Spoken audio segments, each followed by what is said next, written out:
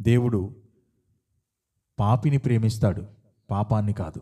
ఇంకో చిన్న వివరణ మీకు ఇవ్వాలి. ఏ పాపిని ప్రేమిస్తాడనేది కూడా చెప్పాలి. ఆ పాపము నుండి నేను విడుదల పొందాలయ్యా అనే ఆశ కలిగిన పాపినే ప్రేమిస్తాడు. ఒక ఉదాహరణ చెప్పాలి అని అంటే, యేసు ప్రభువుతో పాటు ఎంతమందిని సిలువేశారు? 2 సిలువేశారు. బందిపోటు దొంగలు అంటారు, మామూలు దొంగలు కూడా కాదు. 2లో ఒకడంటాడు, అయ్యా మేము పాపినే, నన్ను నువ్వు క్షమించి నీతో కూడా ఆ పరదేశంలోనికి నాకు కూడా అవకాశం ఇవ్వా అని చెప్పి అడిగాడు. యేసుక్రీస్తు వెంటనే ఏమన్నాడు? నీవును నాతో పరదేశంలో ఉంటావు అన్నాడు.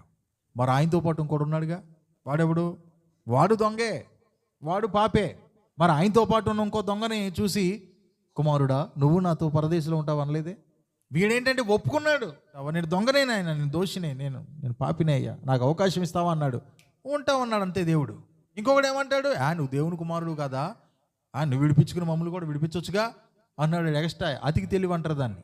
అంటే వీడేం చెయ్యాలో ఈడు కాదు, ఆయన ఏం చేయాలో చెప్తున్నాడు. కొంతమంది అంతే, విశ్వాసులుగా మనం ఏం చేయాలో కాదు, పాస్టర్ ఏం చేయాలో చెప్తాం మనం. ఎవరిని ఆయన హత్తుకుంటాడో తెలుసా?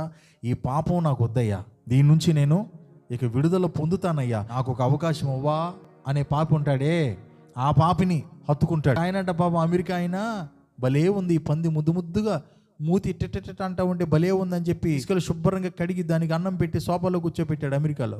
లోపు ఈయన కాస్త వాష్రూమ్కి వెళ్ళొద్దామని వాష్రూమ్కి వెళ్ళొచ్చేలోపు పంది లేదు అక్కడ. ఈ పంది అడగపోయింది అని చెప్పి ఎదుగుతే ఎదురుగుండా ఉందంట ఒక బురుక్కుంటా. అసలు దాంట్లో ఎంత హాయిగా ఉంది, అబ్బా ఎంత కమ్మనవసనం. అది పంది, దాని బతుకంతే. ఎప్పుడన్నా మీరు గొర్రెని ఆ బురదగుంటలో పొరటం చూసారా? అంతగా ఆయన గొర్రెని వేసుకున్నాడు మెళ్ళ మీద. చాలామంది సంఘానికి సాగేవాళ్ళు సహా, దేవుని మాటలు వినేవాళ్ళు సహా రహస్యంగా పాపాల్లో ఉన్నారు. ఉండి వారు చేసేటటువంటి పనులు చేస్తూ ఉండి, ఏంటి ఇంకా దేవుడు మమ్మల్ని దీవించట్లేదు అంటున్నారు.